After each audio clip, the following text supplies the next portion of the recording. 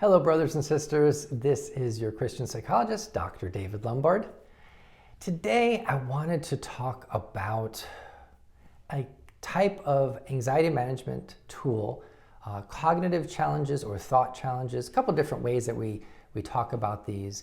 But this is the method when we're starting to learn how to attack those negative thoughts that drive a lot of our anxiety. Now, learning this technique is a very positive technique for starting to develop some mastery over elements that drive our anxiety. Now, this is one tool in a toolkit of anxiety management skills that I believe people need to learn to do really well at managing their anxiety on a day-to-day basis. Now, I've put a lot of those tools together in a free download. I'll put the link down there at the bottom. It's my 30-day program to help you master and take control of anxiety. And I'll put the link there so you can learn more about this skill as well as some other skills on controlling anxiety. So let's talk about thought challenging or cognitive challenges. We had to use the term cognitive and thought to mean the same thing. So if I go back and forth, that's what I'm referring to. Now, often we don't pay much attention to how our interpretations of the world are directly influencing our emotions. We will look at a situation and we will think, well, everybody views that way, or everybody would see this as negative, or everybody would see this as positive. So what we do with cognitive challenging or thought challenging is we start to recognize that there are differences in interpretation of situations, and not extreme, but just sometimes there's a slight difference in how I interpret a situation can dramatically impact how I feel, and then subsequently what I do. We'll often talk about the ABCs of an event. So A is what happened, what was the action that happened that I saw. And then B is what are the beliefs or the thoughts that I tell myself of that. And then C is the consequences in my emotions, like how do I actually feel because of that. A lot of people think you have an event and then you have a feeling, and there's nothing in between. But when we focus on understanding how our thoughts drive our emotions, then we can start exerting some power and some control back. So why do we want to do this? Well, it's because it is one of the best techniques for really mastering all those things that come up in life that will often trigger anxiety or depression, fear, those kinds of emotions that often will make us stop in our tracks. So as we're learning to do these thought challenges, we end up being able to move forward and do more and more in life. So that's one of the reasons that we really want to work on these. So how do you start working on doing this? Well, one of the things we start with is let's start with the more extreme thoughts or the extreme beliefs that will pop into our life.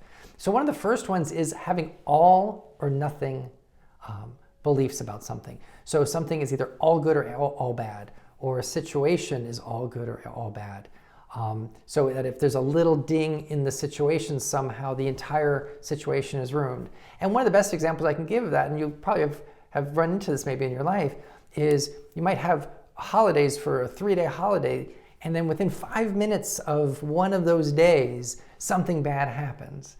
And then somebody will respond to that by saying, well, the entire holiday was ruined, the entire weekend was ruined, or the entire trip was ruined because of that 5 minutes.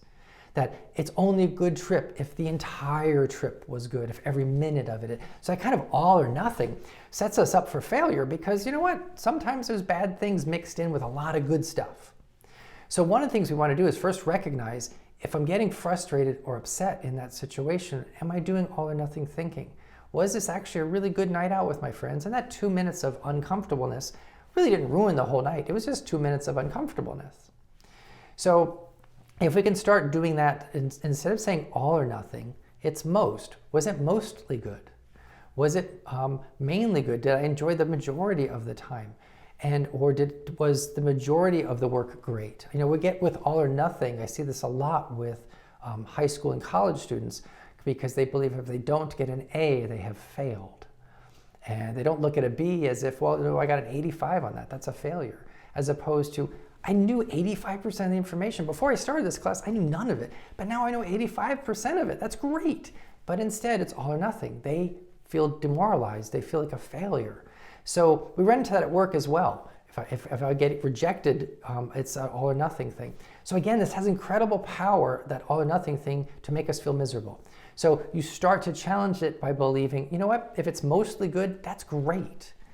Or is it the majority of the time? Or did I pass the exam? Is that great? Now let's talk about a different category of these negative thoughts, and that's the should and must. And must is like the biggest one. Like, I must pass this, or I must bring in 5 new clients this week, as opposed to, I would like to bring in 5 new clients this week, or it would be nice if I brought 5 new clients in this week. When we have must and should, we kind of paint ourselves into a corner of again, being absolute. And we will become anxious simply by that thought of, I must get an A on this test, or I must bring in 5 new clients. And that anxiety can actually slow down the work I put in and the effort I put in. So by challenging it and changing must to I hope to, or I would like to, or it would be nice to, that will help drive a lot of reduction in anxiety. One of the next category of negative thoughts or thought distortions that we deal with is predicting the future. Now, we all think we're great at it, and we're all pretty bad at it. So we think that, okay, well, I see the sequence of events that are coming, and I know this is going to be bad, or I know there's a great chance this is going to be bad. So all you do is focus on imagining and seeing that bad situation, instead of focusing and predicting that it's going to be positive. So one of the ways we challenge that is try to push back on ourselves when we have a negative prediction of the future, to try to be more realistic. We really don't know what the future is. So let's just focus on today and what we have. The other is, if your future prediction is always in the negative, again, that's a choice. We're choosing to see that in the negative. You could choose to say, you know what, it's just as likely to go well. And I can decide to focus on believing it's going to go well. Now, that's a whole other school of psychology called learned optimism, where people aren't born optimistic, but they learn. And one step of that is, when they predict the future, they choose to focus on a positive image of that future, because it drives them to do more. It drives them to work through anxieties and fears. It drives them to put in more effort. So amazingly, it becomes kind of a self-fulfilling prophecy, because they're putting in more effort, they succeed, and they're more likely to have a positive outcome. So working on that can have a huge impact on your success in life, as well as your anxiety. The last category I'm going to talk about today in the kind of the negative thought patterns or the cognitive distortions is mind reading. And by mind reading, I mean we often look at somebody and see how they look at us. We hear a comment, we read between the lines, and we say, oh yeah, I know what they were thinking, and it was pretty bad. They were thinking negative about me, or they think I did a bad job at something. We're actually pretty bad at it. Now, I'm a psychologist, and I spend my life and career trying to understand people, and I can't read people's minds, and I'm a student of human behavior.